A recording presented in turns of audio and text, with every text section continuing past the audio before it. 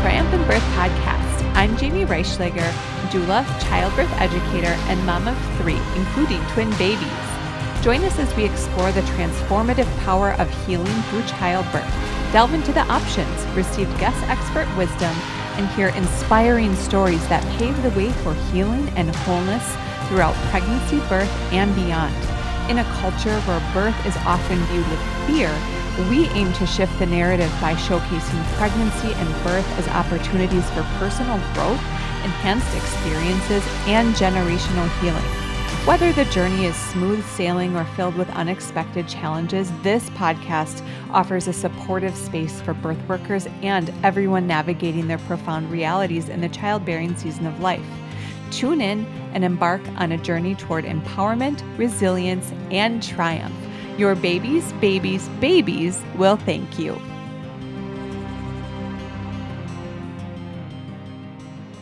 Hello. Welcome to another episode of the Triumphant Birth Podcast. Today, we have some birth stories, and I'm really excited to have Katie on, who is going to share her 3 birth stories.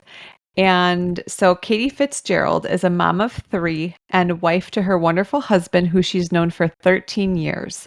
They live out in eastern Montana, where Katie loves raising her family and keeping life simple and intentional.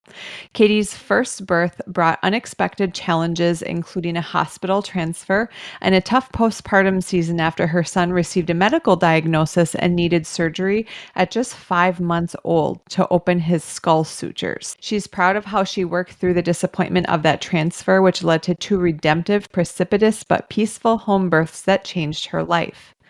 When she's not swapping birth stories or learning everything she can about holistic wellness, you'll find Katie tending to her vegetable garden, caring for her jungle of houseplants, or cooking up nourishing meals with a lot of help from her busy young family. She's excited to be here today to share her story and hopefully encourage other moms to trust themselves and to find their own kind of triumph in birth and beyond. That's awesome. Thank you, Katie, so much for being here today. I'm so happy to have you. Yeah, thank you for having me.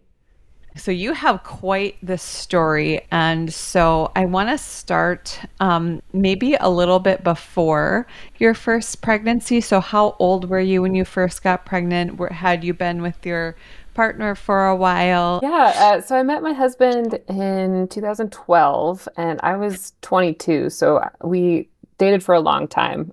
We moved all around kind of the West Coast with his job, and then didn't get married until 2020. And I was like, all right, it's time. Like, I'm ready to have babies. So let's do this. So we got married and then got pregnant right away. I think it was like our second cycle trying. I had been like backing up. I was not holistic in any way, shape, or form when we met. I took ibuprofen every day and I was that kind of person. And then about 5 years before we got married, I decided that I thought the birth control wasn't really serving me anymore. So I'd kind of dove into that rabbit hole, and that led me to like learning about home birth and just the whole birth world. And I just became obsessed. So I was ready to have babies, and we were lucky. I had been tracking my cycle, so it was really easy for us to get pregnant. I knew that everything seemed like it was working right. So amazing. So you had been off of birth control at that point for about 5 years? Yeah. Okay. Yeah, and so you knew about home birth, like it was in your awareness.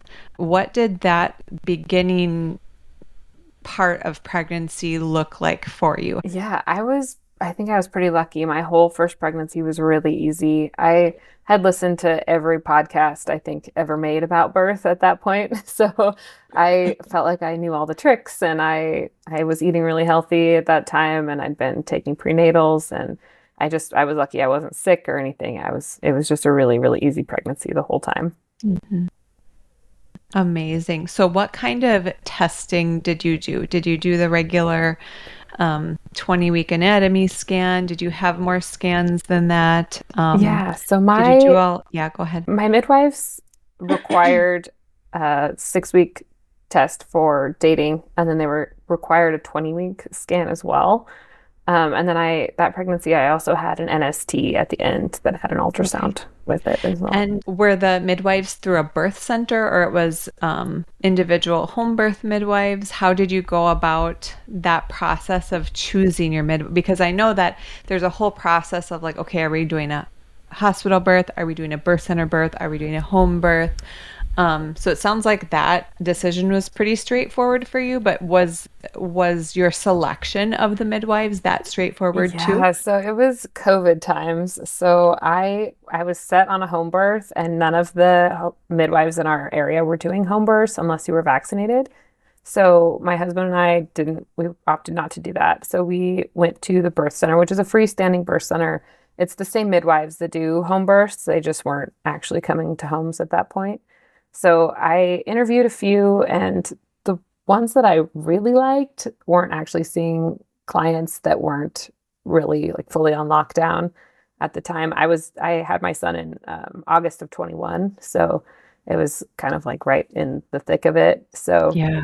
I interviewed a few, and that was kind of a disappointing process because I really liked a couple that ended up saying that they weren't willing to see us. So we ended up going with my natural path was a midwife, and I really liked her. I just thought that maybe she was a little more medicalized than I was hoping for. But I liked her, so we ended up going with her for that birth, and she was part of a practice of two midwives. So you went through all of your scans and did you do the like the GBS test and the gestational diabetes screen? What did that all look like for Yeah, you? so they actually required all of those things, which was really like I probably would have opted not to, but I was also just like it was kind of my only option, like that or the hospital. So I just kind of did it. I was lucky I tested negative for both. Yeah. I had to do, they didn't do the 1 hour glucose, they did a 2 hour. So kind of in between the 1 and 3. So I was miserable, but I passed it. So it was fine. Did they do the normal, like the quote unquote normal, the glucola drink, or did you have any other options Yeah, at that no, they wouldn't time? even let me do like the fresh test, or I'd heard about Skittles Wow. and I presented all of these things and they were just really pretty rigid about it. I don't know if it was because their midwifery practice was part of their doctor practice and maybe I don't know, they were under a bigger conglomerate kind of, but they were pretty strict on what they heavily recommended anyway. Yeah.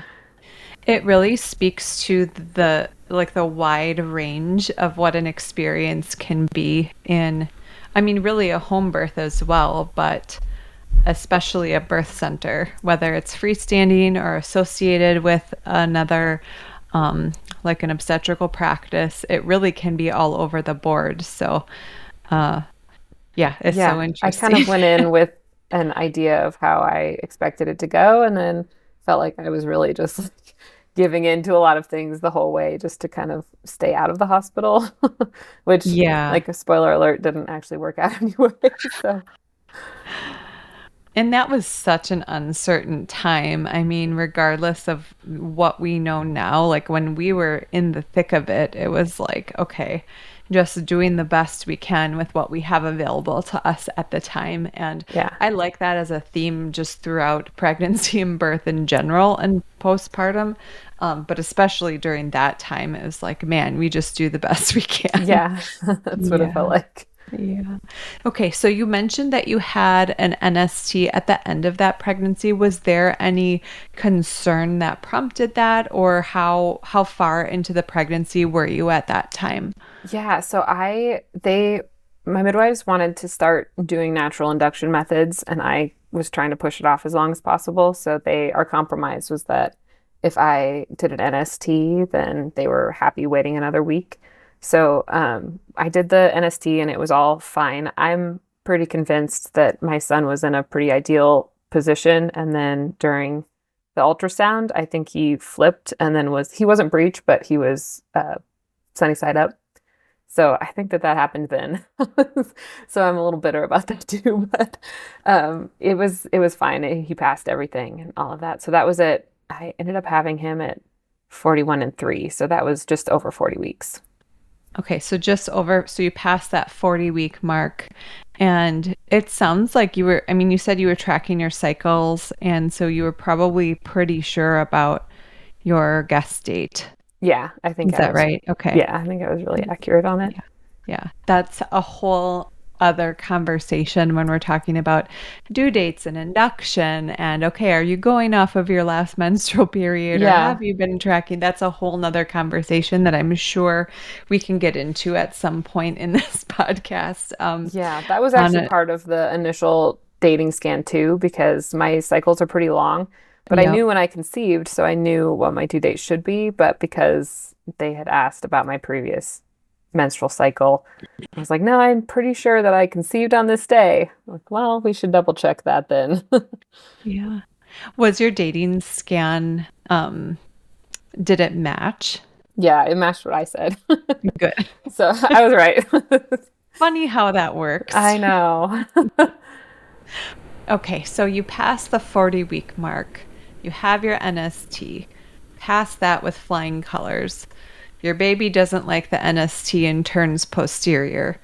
Um, so at that point, then you're talking about induction with the midwives, and you're in Montana. At that So, time, we were in Washington. oh, you were in Washington. Okay, so what Yeah. were the laws like for midwifery in Washington at that time? Was there like a cutoff?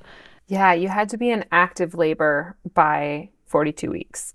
So they Okay. could continue seeing you, I think, for a day or two after 42 if you were in active labor. But Mhm. if you were just in no labor, then they had to transfer you. Okay. So you passed the NST, your baby passed the NST, and then what was that process like for you mentally, emotionally, as you're talking through induction with your midwives? What options were presented to you? What did that all look like? Yeah, so they had a few options. I asked about castor oil and they recommended the Foley bulb. And then my midwife was also a homeopath, so she said that she would rather try black and blue cohosh before castor oil. And they Mhm. kind of used castor oil as like a last resort. So she wasn't saying no, but she wanted to try the Foley first. And she said that she's always had great luck with it. So that's I wasn't totally against it. I was glad that we were going that route instead of it wasn't Pitocin, I guess is all I was Yeah. thinking in my head at that point. And so did you kind of have a date in your mind where it was like, okay, we'll reach this date and then we'll try some of those quote unquote natural induction methods because 41 and 3, did you say? Yeah. Was when you had? Okay. So 41 and 3, you still have a few days. Yeah. But was it just kind of err on the side of being a little bit early and that way you would have more options or Yeah. what She did said that? that their protocol for first time moms was to start trying that much early. If I had been a second time mom, she said she would have waited a few more days. But because I had never had a baby before, they were just nervous that it might take a while. I had kind of recommended the castor oil maybe a day or two before, but she liked to save that kind of in her back pocket and go Mhm. with the Foley first, just to see if she could kind of get things rolling that way. Yeah. So, Katie, did you have any reservations at that time or were you fully on board? I think that I had listened to so many birth podcasts that I really didn't want to go that route. Yeah. But I was also, I just like looking back now, it's disappointing because I wasn't really, well, my husband couldn't go to any of the appointments either. So it was just me always in the appointments by myself. And I just really feel like I wasn't a very good advocate for myself kind of through the whole thing. I feel like I got like ramrodded a little bit. While also like maybe knowing better, but then trying to be accommodating because I really didn't have all that many options. So I agreed. That wasn't, I mean, I think that they probably would have let me go longer, but it was heavily recommended that I start at that point. Yes. Yes. I just have so much like looking back on, like, I don't know you well, but I can see how in a first pregnancy, like looking back on that, it's easy for us to be hard on ourselves, but I just have so much compassion for first time moms. Gosh, especially in COVID, like, oh, it's such a hard thing to navigate, especially when you've never done it before. Yeah, I think I had all of these expectations of like, having this great relationship with my midwives and it being like she was a older womanly figure, and I had actually built I had a great chiropractor that was a woman, and I had just like all of these women in my life, like women practitioners in my life, and I was pretty excited about that, but it was not really the grandmotherly feel that I was really hoping for. But it was also much more natural than I knew my alternatives were. So it Sure. was, I guess that helped me kind of just go with it, I guess. Yes. Okay, so you reach 41, and so you said the birth happened at 41 and 3. When was the Foley placed? 41 and 3. Oh, okay. Yeah. Yeah. Okay. It didn't take We're very long same one. after Yeah. that. Okay, so was that place like did you have to go to the birth center for that, or were they able to place it and send you home? Yeah. So they placed it at the birth center, which is about 30 minutes away. And then they sent me home after that. Perfect. Yeah. The instructions were just to cut it. If it didn't send me into labor, I was supposed to cut it, I think 12 hours later and just let the water drain out. But Hmm. at that point, when they placed it, I think I was 2 centimeters. It was close. She wasn't sure she was going to get it placed, but she got it in there. So Awesome. yeah. Yeah, Yeah, but I and got to go home, so that was really nice. had you been having any signs or symptoms of pre-labor or anything like that prior to that Foley being placed? So when she placed it, she said that she felt a contraction or she saw my belly harden, but it wasn't anything that I could feel at all. So I would have said no, but she said that she did see a contraction. Sure. Practice contractions. Yeah. Great. And how was your husband through all of this? Like that had to be hard too, not being able to go to appointments and then all of a sudden you're coming home and you have this Foley balloon in. You're like, okay, I guess this is happening. How was he through Yeah. all of So this? actually, he had been really, really sick for like 2 weeks leading up to Oh, my due date. And then he was finally better like the day before the Foley bulb appointment. So, I mean, he was really sick, sicker than I've ever seen him. I guess probably COVID. We never took a test or anything, but he was not getting off the couch for about 2 weeks, which is really unlike him. So, I mean, for a long time, it was like, all right, baby, just like stay in there. Don't come out now. He's too sick to even go. And then it was like, all right, baby, now you can come out. Like, come out quick now because we're butting up against this time frame. But yeah. so he was really, really tired, and a little apprehensive about that. It was really the first day that he'd gotten up and been a human again after being so sick. So he was apprehensive about the timeline, about how close it was. He hadn't really had a whole lot of time to recover from being so sick, but he was on board with the birth center birth. His mom was actually an L&D nurse growing up. So there was some family apprehension, but he knew that I'd been listening to birth podcasts for almost half a decade. So he trusted me in my decision on that one. And had you been feeling okay up through like Yeah, past 40 I weeks? still felt really, really great. I was just had no complaints really at all. I mean, I was starting to get sore a little bit in my hips and stuff, but I had a really great chiropractor, and she kept me feeling really, really good the whole time. Awesome. Okay, so the Foley is in, you go home, and then what happened? Yeah, so the Foley got placed around noon. So I went home and did some nesting. I don't know, just really hung out in the baby's room because it was pretty much done already. But did some, oh, she had me alternating the black and blue cohosh, and then I was pumping every 2 hours or something as well. So that's kind of what I was doing all afternoon. And then my husband and I decided to go to dinner. I didn't want any dirty dishes. I was like, if the Foley bulb starts working and we go into labor, I don't want to come home to dirty dishes. So Valid. yeah, so we went out to dinner, and that was about a half an hour, like away from our house, which was the opposite way from like the birth center. So we sat down to dinner around 4, and then by the time we ordered, I had just a massive contraction. So it was like 4:30 or 5. And I was like, whoa, there, I guess it's working. And I just felt like a lot of pressure. So I got up and went to the bathroom and I birthed the Foley there at the restaurant. And I was like, oh, I guess that came out. So we're good there. I was like, maybe it'll slow down now that that's out. So I went back and sat down for dinner and our food wasn't there yet. And I just like, I mean, had big contraction after big contraction. I was like, I think we need to like go. So we packed up our food and we left and called the midwives on the way home. And they were like, okay, just go home and rest and take your bath and it'll be fine. It's going to be a long time. So just rest up. And we got home and we'd only been home for maybe 20 minutes. And my husband was like, I'm calling them back. I think that this is maybe serious. So he called back and he still didn't really believe that I was in that like active labor. So they, instead of going to the birth center, they had a clinic in the town that we lived in. So it was only like 10 minutes from our house versus the 30. So they said, just meet us there. We'll check you. And then that way you don't have to drive all the way to Bellingham with the contractions that you're having.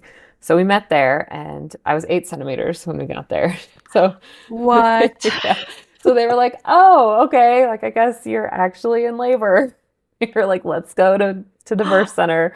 So we got back in the car. So we'd driven from the restaurant to our house and then to the clinic. And then we had packed our stuff because I was like, no, I am in labor. Like they're going to send us. So then we went to the birth center and got there and that was all great. I labored on the toilet for the whole entire time. I just never ever moved from there. And then my water broke. So I guess that was about 8, my water broke.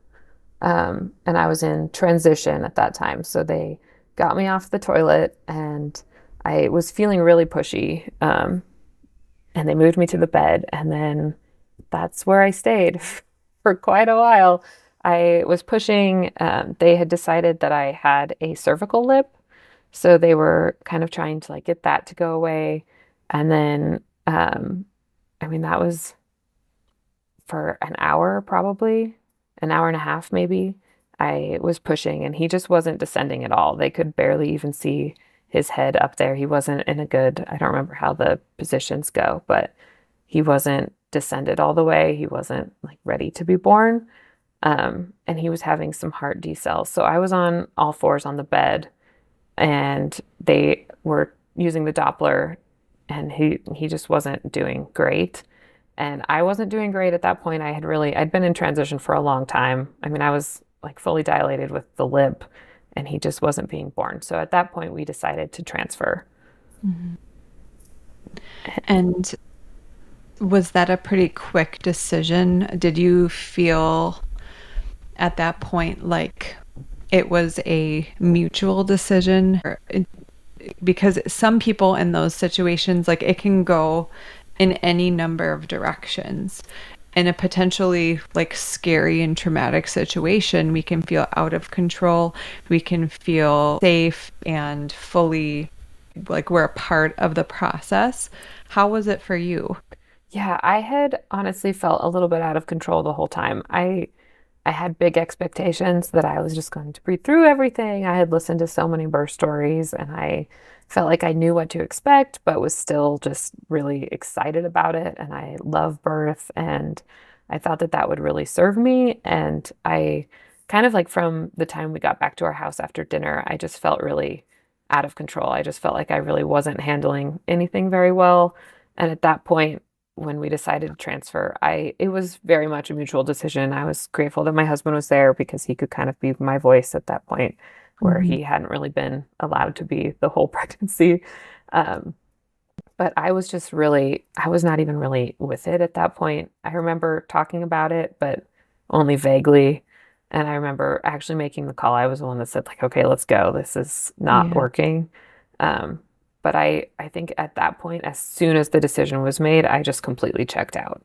And I don't know if it was Laborland or if it was just like that's how I was coping with the disappointment of having to transfer. I'm not totally sure, but I don't really remember anything until my son was born at the hospital after that. So that was about an hour later. So there was about an hour and a half where I was obviously still there. Barry said I was talking and everything, but I just don't remember it. Yeah. It's so much just to like pause for a second and realizing that yes, the Foley was placed at noon, but really you didn't have contractions until you were at dinner. Yeah, So it that was was all like really 4, fast. 5, 6 o'clock. That's so fast. Yeah, it was fast. I was not expecting that. I was really felt like I was in it for the long haul. It really just happened fast. Yeah, that Yeah. was that was about 4 hours at that point And since my for contraction. never having experienced the intensity of that physically, mentally, emotionally, having to go through all of those thresholds, and then on top of that, to have this turn of events where you did not expect to have to transfer, that's so much to process. Yeah, I think so. I think that that's I had just feared the hospital so much. I think that up to that point, I had just been doing everything I could to stay out of the hospital. So I Mhm. think that once we made that decision, it was a lot. So I just Yeah. didn't pay attention anymore. Yeah. And how far away was the hospital? It was only about 10 minutes. Okay. Yeah. Okay. So the transfer itself, I mean, you were just kind of like, yep, get me there, Yeah. go. And So then, yeah, go ahead. they called the EMTs to get me there, and I was on the bed on all fours. That was my son was having the best heart tones in that position, so Mhm. that's how I was. And then so they called the EMTs, and my my husband said that it was training day. So luckily I don't remember any of this, but there were about 40 EMT, like male EMTs, that just strolled into the birth center while I was in there. And Holy so they showed cow. up with like three fire trucks and two ambulances and like a car also. It's just like a full response. So they, my midwives were very upset because I was just on the bed completely naked on all fours. They just shipped in about 40 men, and I don't remember, so I'm glad about that. But my husband couldn't go in the ambulance, so he and my doula drove over to the hospital together, and then my one of my midwives went in the ambulance with me. She was a little worried that I was going to have the baby, and she was like, "We're not going to have these 18-year-old men like deliver your baby in the back of this ambulance." So she went too, which was nice. Good. Yeah, I was glad that she was allowed to. As soon as we got to the hospital, she couldn't even go in the waiting room because of the COVID protocols. So she like left me at the door, and then my husband showed up as they were wheeling me through the waiting room. And they had thrown a sheet over me, but I was like on the gurney on all fours, just like going through the waiting room without any clothes on. He said that I looked like a Trojan horse just being like wheeled through the waiting room. It's funny now, but I was like, oh man, I'm glad that I was not with it because that would have been pretty mortifying, I think. I mean, if you're trying to stop the process of a physiological labor Yes, and birth, exactly. show up with 40 men, Yeah, keep you naked and yeah, expose. That's a yeah. How lot, can we slow Katie. this thing down? Yeah, Okay. yeah.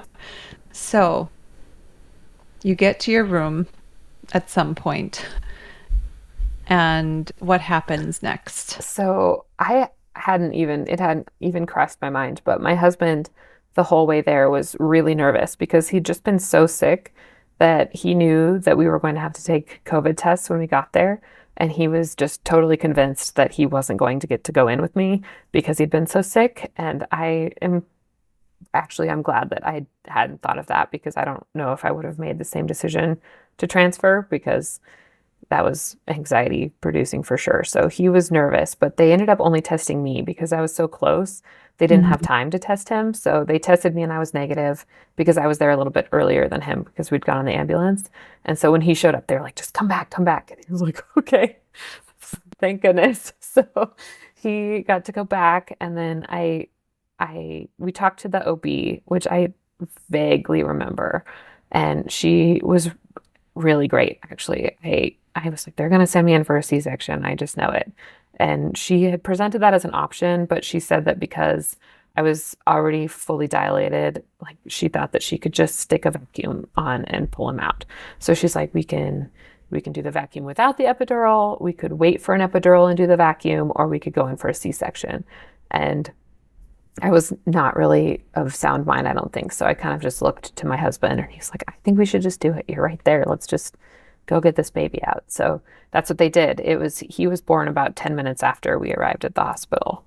So Okay. they just wheeled me back and stuck on the vacuum. And Barry said that she stuck the vacuum on and she like pumped it up and then pulled and it like popped off his head the first time. So he said that she Mhm. was like and like flew back in her seat and he was like, "Oh my gosh, this is a lot." So then she stuck it on again and he was born that time. So it was all fine. Thank goodness. Yeah. Yeah, it sounds crazy. And for anyone who is not familiar with how that works, they, like you said, pump it up to a certain amount of pressure. But then if the pressure ever exceeds a certain amount, it pops off for that reason. It's a safety Okay. mechanism to release so that you don't have too much pressure being applied to the Oh, baby. yeah, that's great. I actually hadn't Mhm. heard that, so thank you.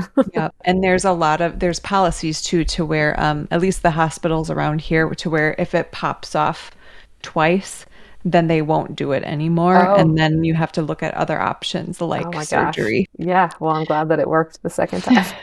Me too. Yeah, he was born sunny side up, but he just, well, I say he just came right out, but I had a pretty severe tear also, but Okay. I didn't realize at the time. I didn't feel it or anything when it happened, so I was just happy to have him.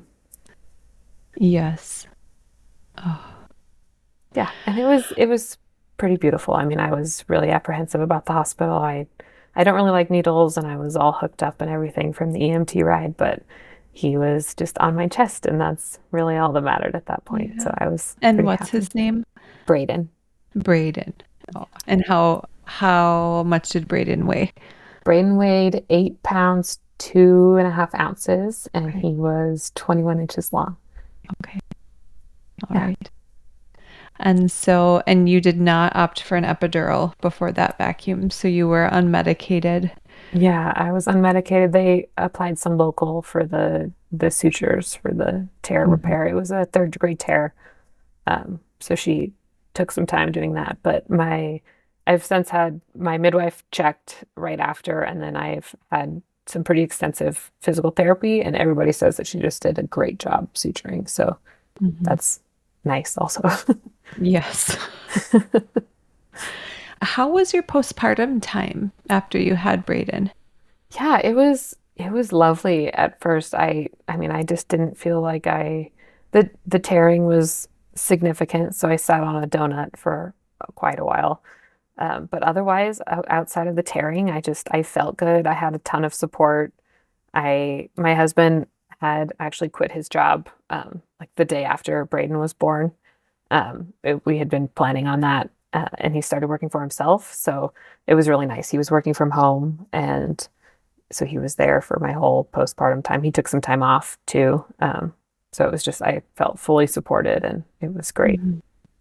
And had you planned on breastfeeding or formula feeding? Yeah, I breastfed and that went pretty good too. I had a lactation consultant that did some minor tweaks. I think that that's like my biggest advice for anybody postpartum is to just hire the lactation consultant because she was amazing. And I didn't have any major issues, but it was just so nice that she came over Mhm. twice and really helped me. A private lactation consultant that came to your home? Yeah. Yeah, yeah, she just had her own practice and she was great. That is such great advice, and it's advice that I give as well. In my experience, it's been so different to witness and to also personally experience a private lactation consultant versus one maybe in the hospital that like, oh, they're on lactation that day. That is so much different than no, actually this is their whole livelihood and business and passion is going to the homes of parents and helping to troubleshoot and support all of these things. And some of them even do craniosacral work. A lot of them accept insurance. So if anyone's listening who you're Yeah, contemplating, I would say this absolutely. is a huge plug for independent lactation consultants. Yeah, like I said, we didn't have any major issues, but she just had so many little tweaks that I think really just made it way more enjoyable Mhm. for me for the whole time. Awesome. Yeah. Okay. So Yeah, then so fast forward. do you want to get into the Brayden medical stuff also? Yeah. Okay, Whatever you're so willing to share. yeah, so he was diagnosed at my 6 week follow-up appointment. My midwife noticed that his head was a funny shape. It was kind of starting to grow oblong, um, like a football front to back. And I had noticed a couple days before, and I thought that I had just been wearing him in the Solly baby wrap. And I was like, am I wearing him too tight? Am I misshaping his head because he was just in there a lot? And she actually noticed and she said, let's talk about this later. So after my appointment, she with I didn't even know, but she had called Seattle Children's Hospital and she had put in a request for a consult. So they called her and she shared some pictures and they decided that we should go to Seattle to have him checked out. Um, we so my midwife told me what she thought it was, which was craniosynostosis, and she ended up being right. So he was diagnosed with craniosynostosis. At that point, he was probably 12 weeks old or so. And craniosynostosis is where basically they're born without a soft spot, or some of the sutures in their skull have fused too early. There's quite a few different sutures that when babies are born, it allows them to come through the birth canal. And then it also allows their brain to expand as they're growing, and they don't fuse until you're about 25. So he had one suture fused, which was the sagittal suture, which goes from the front to the back. So he was born without a soft spot, basically, which was a little validating because they said that that was probably why he didn't want to descend very easily. His head just Amazing. wasn't molding. And you were still able to have a vaginal birth. Yeah, and in hindsight, I remember a couple nurses in the hospital mentioning that it was really interesting that his head wasn't coned after the vacuum because they're just used to seeing the really big cone-shaped heads, and his just wasn't. His was fine. So in Yes. hindsight, that's Wow. why that happened. But Mhm. yeah, so he went in for surgery we were scheduled for surgery at 5 months old, and we went down there. The surgery is fairly invasive. They cut from ear to ear, basically, in a zigzag pattern over the top of their heads. And so they open up like his head, basically, and then they cut the skull and they put in dissolvable hardware, which allows the brain to grow, and just basically opens up the suture again, how it should have been.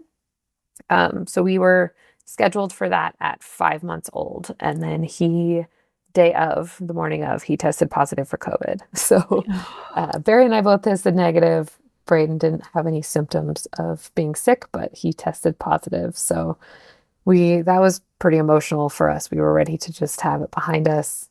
They shipped us home. So we went home. Their protocols at that point were if you went back within 30 days, you didn't have to retest. So they scheduled us for 29 days out, and we went back down 29 days later and had the surgery. And how did he do through the surgery?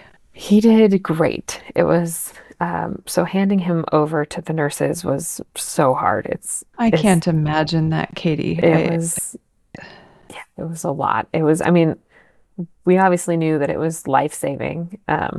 They say that there's no cognitive issues until about 5 years old is when the other sutures can't accommodate anymore and your brain doesn't grow like it should around 5. But it was just really, really hard to pass him off knowing that it was kind of out of our control for a while. Wow. Yeah. Well, now he's almost 4. He'll be 4 at the end of August. Okay. Yeah. And how's he doing now? Is there any He's even great. signs that No, he's great? you wouldn't even know. He likes to wear his hair short so that you can see his owie. He likes to show it off already. But other than his scar, which is just getting better every day, you would have no idea. Mm. Yeah, he hit all of his milestones. He is still just thriving. Amazing. Thank God for that. Yeah. It It was amazing. As someone that was just so afraid to go to the hospital to give birth, it was kind of a whirlwind to just then really rely on the medical system to save our son, but they did, and our team at Seattle Children's was fantastic, and I just don't have anything but good things to say about the whole experience outside of it being emotional, obviously, but I think we got the best care that we could have possibly gotten. Amazing. Yeah. Oh, that is very intense. Yeah, All it of was that it is was a so lot. intense. It was a lot, but as soon as it was over, it was just like it was such a relief to just have it behind us, and then we could move on from there. He actually, after his surgery, a week or two later, he got a pretty bad infection on his cut, and we had to go back down to the hospital for 2 nights and some pretty heavy dose antibiotics, but that was all pretty easily remedied also. So that was nice. It was, I'm also don't love antibiotics or any sort of medication at all. So I had to do some compromising there, but obviously I think that he needed it. So Yeah. it ended up being the right decision, I think. Yeah. As crunchy and as anti-intervention as just speaking for this podcast as it seems sometimes, and we're just pro physiologic birth with all of that, thank God for Yeah, exactly. physicians and Yeah, nurses and medical staff who are there when we need them to be there. That's absolutely. what they're there for. Yeah. And I'm very appreciative too for antibiotics and all the things Yeah. when there is a true need for them. So it's both. Yeah. It was humbling for sure, but yeah, I was very grateful. Yeah. So all of that happened. And what were your thoughts then about having more children? Because that's a lot to deal with. It was a lot. I've always really wanted a big family. My husband, I have one sibling, but my husband has a whole bunch. So I've always really loved that about his family and wanted quite a few. So I was a little nervous that my tearing was going to be an issue. And then the vacuum also caused some uterine prolapse issues. So I was luckily in a lot of PT anyway because of the tearing. So they really worked on my prolapse issues and kind of got that back to a good place. And I was excited to try again. We had moved to Montana at that point, or I guess we were in the process of moving to Montana. So I got pregnant. Brayden was, I guess he was around 9 months old when I got pregnant again. And at that time, we had a farmhouse that was about an hour and a half outside of town in Montana. And it was hard to find a midwife that would travel that far. And then we also didn't live here yet. So I was doing phone meetings for my prenatals.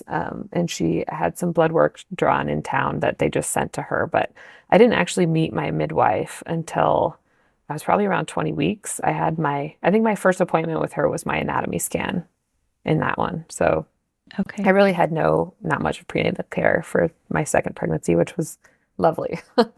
I really enjoyed it. And sorry, you said your midwife was a home birth midwife, or was she at a birth center Yeah, she was a home in birth Montana? midwife. She also had the option for a freestanding birth center, but she mostly does home births. Okay. Yeah. Okay. And how had you been feeling through So this I was pregnancy? very sick with Avery early on. I was sick until about 20 weeks. Um, Otherwise fine, but I threw up a lot. I don't think that it was HG. I wasn't hospitalized or anything ever, but I just was sick every morning for a very long time. I was ready for that to be done when it was finally over. With Brayden, I felt like I ate a lot of leafy greens and I ate a lot of eggs and all the things you're supposed to. And with Avery, I think I just ate noodles for the whole first 20 weeks. That's about all I could manage. We do what we have to do. Yeah, that's what it felt like. Oh, okay. So you you said you moved to Montana then and you first met your midwife around the 20-week mark. Yeah, that's right. Okay. Yeah. So how did the rest of your pregnancy go? So after 20 weeks, it was all normal. I felt pretty good. I had normal midwife appointments. We actually moved to town in that time. So we were closer, which was nice. She wasn't going to have to drive an hour and a half. She was actually about 5 minutes away, from our house. So that was all great. And then I don't have any complaints about really anything. I knew that she was a girl. We didn't find out, but I was just convinced because I was so sick with her. So I knew she was a girl. And then it was about, I guess I was 40, or no, so I had her at 39 and 3. So at about 38 weeks, my midwife here was life flighted to a hospital. She got really, really sick. She ended up having, I think it was kidney failure or liver failure, something, one of those organs. And so that was a bit of a whirlwind. I was feeling like I was probably going to have to go to the hospital at that point because I didn't think I had any other options. Luckily, she did have a sub midwife. There was just one at the time in Billings, which is like the largest town in Montana. So she had quite a few between her own clients and Trisha's clients. She had quite a few different people that were probably going to be going into labor any day. So I was just hoping that she showed up. Wow. Yeah, I had never met her or anything, but I was excited that somebody was coming. That was my next question. So did you have a chance to meet her or even speak with her on the phone ahead of No, time? so I had met her in passing. They share an office. They both share the birth center. They're separate practices, but they share the birth center together. And so I had seen her in passing, and then I had spoken to her on the phone one time before I went into labor. But we had been scheduled to have a prenatal on the day that I had Avery, or I guess the next day. So I should have met her then, but Avery came Sure. faster than that. And just to back up a little bit, so we talked about the testing and everything that you did with your first pregnancy. Did you do kind of all the same this time, or did you feel like you had No, different options? yeah, I didn't do anything with Avery. I did the 20-week anatomy scan and that was it. I didn't do any of the GBS or the diabetes testing. I did some blood work at the beginning and that was about it with Avery. Got it. Yeah. Okay. So how did labor start with Avery? So with Avery, I had gone to bed early that night and my husband fell asleep on the couch downstairs.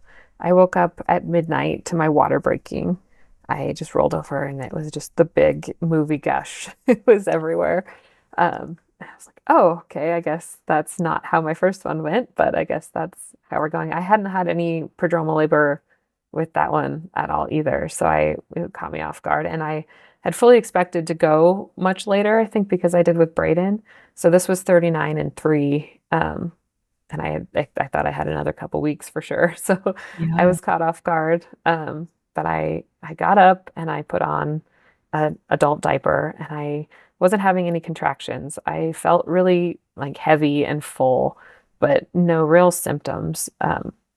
So I let my husband sleep on the couch and I called my midwife and she let me know that she lives about a half hour away and asked if I thought I needed support at that point. And I didn't. I wasn't having any contractions or anything. So I told her I would call her back if I was. So I was just by myself between midnight and around 2. And I just wasn't having any contractions. I was just feeling really heavy and lots of pressure, but no contractions at all. And I started being a little nervous about the bed because my water had broke on the bed. So I tried to change the bed myself. And I was like, I'm just going to go get my husband. So I went and walked down the stairs to get my husband and woke him up. And I said, like, it's no big deal. I'm in labor, but I'm not having any contractions. My water broke. I just need you to help me come change the bed. So we walked back to like the bottom of the stairs and I like keeled over with the biggest contraction ever. And he was like, you're telling me you're not in labor? I was like, well, I guess I am maybe. So, Like, do you see yourself? yeah. So he helped me up the stairs and at the top of the stairs, I just had another massive contraction. So they were just like from the very first contraction, they were just right on top of each other, just back to back to back. And I was like, oh gosh, I guess this is it. So he helped me into the bedroom and he was changing the sheets and he goes, "Did you call the midwife?" I said, "Yeah, but I don't think it's time yet." And he said, "I am calling the midwife back. It is time." So he called back the midwife and asked her to come. And so that was like, I don't know, 2:05. And then he got the bed changed and he said he was going to just hop in the shower just to wake up a little bit. So he hopped in the shower and just kind of rinsed off and then got out. And then she had never been to our house. So he ran out front to turn on the porch lights so that she could see the house numbers to find our house. And then on his way back, it was about 2:10. He was walking down the hallway and I felt her descend. And it was the most amazing feeling because I just felt her I mean, I don't know how far she moved, but it just felt like she moved like 6 inches. It just felt like she just like dropped out of my belly. And I was like, whoa. So I called him and I said, "Barry, we're having a baby." He just kind of meanders in. He's like, "I know, it's okay. Katrina's coming. She's on her way." And I was like, "No, we are having a baby right now." And he's like, "Okay, honey, it's all good." And he's like, being so sweet.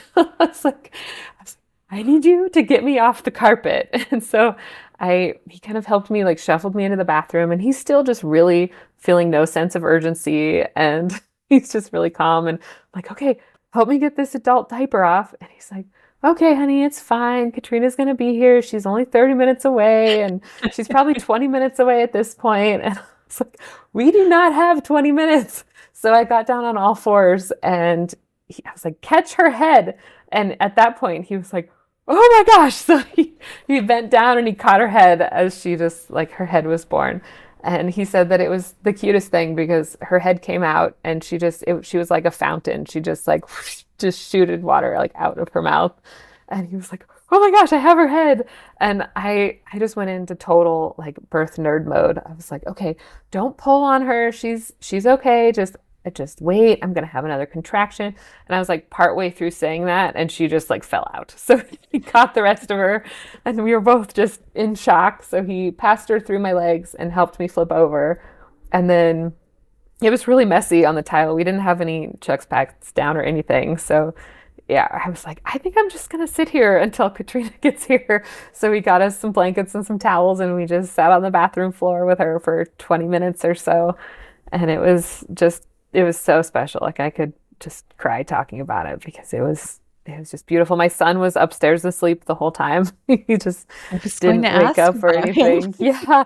My sister was supposed to come get him, but I just didn't think that it was time yet. So he just stayed asleep and Avery was born and she was she cried right away and then she just snuggled in and she was so, so perfect. Oh, amazing. Yeah, it was incredible.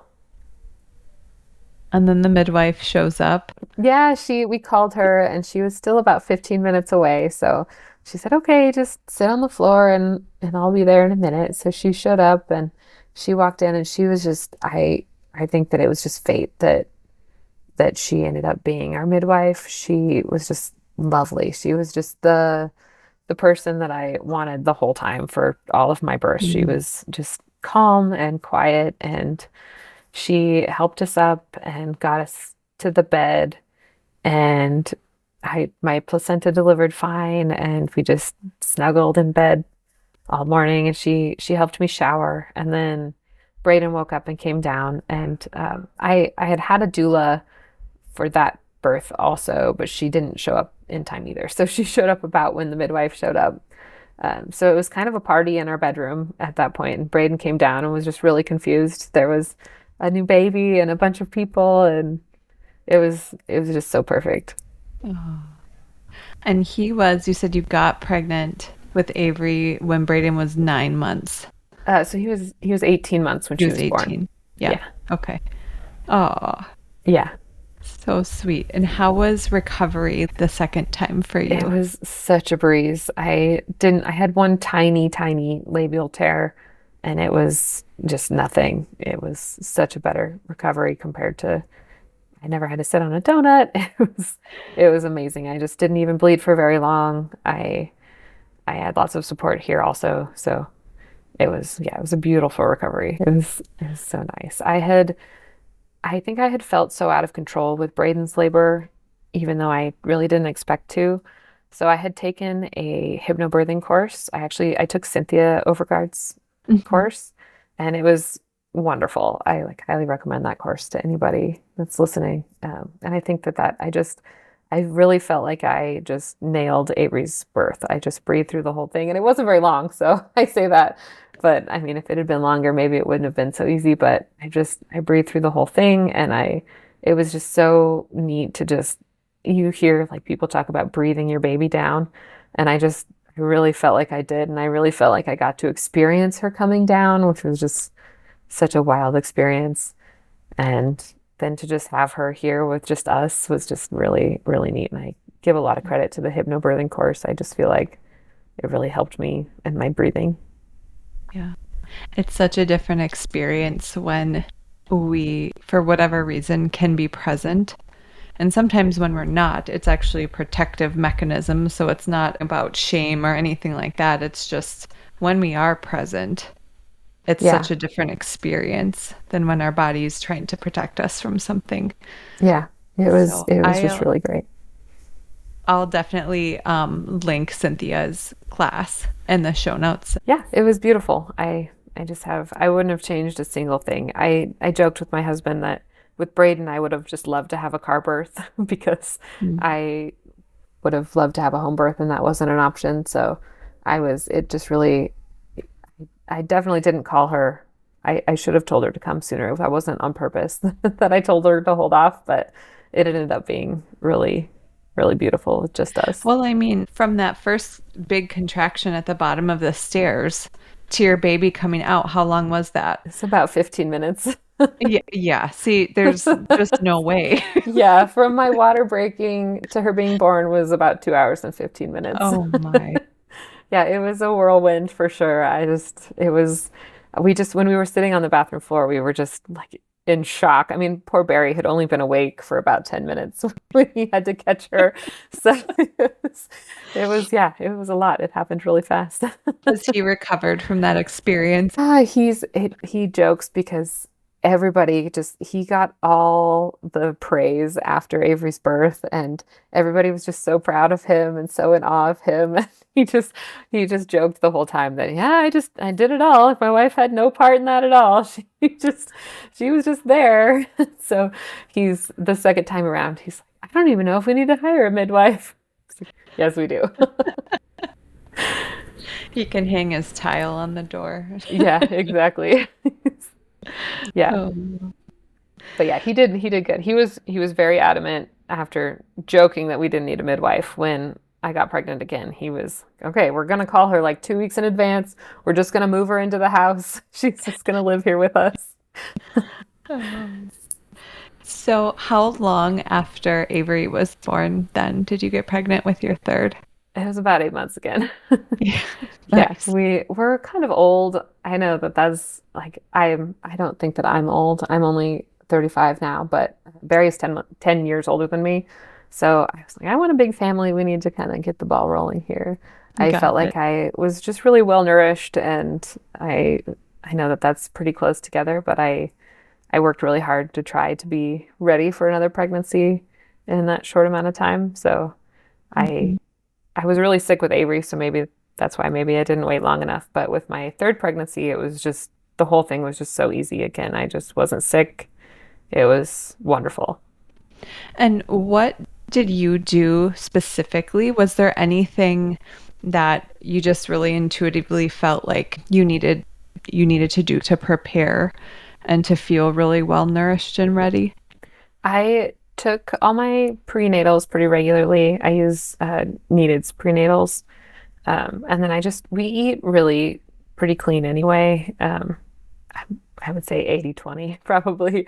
But I just made sure that we were eating a lot of just really nourishing foods. We ate a lot of eggs, we have really good, I mean, we live in beef country, so we have really well sourced beef here. So I just felt like we were eating well. We were eating lots of leafy greens and and just trying really hard to eat enough and get enough protein and stay really hydrated. Awesome. Yeah. So, how did your third pregnancy go? Yeah, so this one is just a really quick short story, I think. Yeah. My pregnancy was great. I tapped myself on the shoulder because I was right on all three. We never found out genders, and I was pretty confident for all of them and was right so far. So I knew that that Colton was a boy, and my pregnancy was just really easy. I have no complaints. I ended up going with the midwife that showed up for Avery's birth. Um, she was just such a good fit. I felt like we really bonded in Avery's postpartum time, and I was really excited to go with her again. So we hired her, and my my pregnancy was great. It was so fun to take the kids to all the prenatals. They would help do the heartbeat, and they would measure me and feel the baby, and it was just always really, it was such a stark difference, I think, from Brayden's appointments where Barry couldn't even go to then just having my whole family in there, getting to experience my pregnancy was just really, really fun for my third pregnancy. So that was really, really great. That's so special. Yeah, the kids they remember it. And Brayden for sure remembers it, and he just still loves to measure my belly. He has a little what are the stethoscopes that are the fetoscopes? And Mhm. he has one, so he would bring it to the appointments and he would try to listen, and it was really cute. That's a birth nerd right there. That's Yeah, awesome. yeah, absolutely. Oh, Yeah, we talked a lot this pregnancy about signs of labor and making sure that I called at the first signs. My midwife still lived about 30 minutes away, so she said, like, just any sign at all, just jump in the car and come. So I woke up. Colton was born around like right at 40 weeks, um, just before his due date. And I woke up and lost my mucus plug. So I called her right away. And as soon as my mucus plug came out, I went into active labor. I just had contractions on top of each other again. Um, I woke my husband up right away that time. And then my sister came and got my two older kids. It was morning. I think my mucus plug came out around 5. And so she came and the midwife came and showed up, and I just like took up my little spot on the bedroom floor where I was with Avery, and I was on hands and knees the whole time and labored, and it was longer. Colton's took about 2 hours from start to finish instead of the 15 minutes of contractions. So I got a full 2 hours of labor that time. And he was just born with no problems at all. And it was just the best postpartum again. We just snuggled in bed, and my sister brought my older kids back, and we all just got to snuggle with our new little baby. amazing. And recovery was good with Yeah, recovery both. was great. I actually think that the transition to 3 kids was easier. Brayden and Avery could play together, whereas like when my second was born, Brayden didn't really have a playmate, so he was kind of on his own. So Avery is just she's the best big sister, and she'd bring diapers, and she was really into the whole thing. And then Brayden was a little bit older too, so he was helpful, and he was really helpful with Avery, which was great. And yeah, it was just really great. My husband's working from home still, so he has been here, so that's been really nice. I Oh, had I had 3 days of 3 under 3. Colton was born 3 days before Brayden's third birthday. oh. Yeah. Katie, thank you so much for sharing your story today. It's so funny that we can talk through our stories in like an hour or two, and there's so much intensity in that.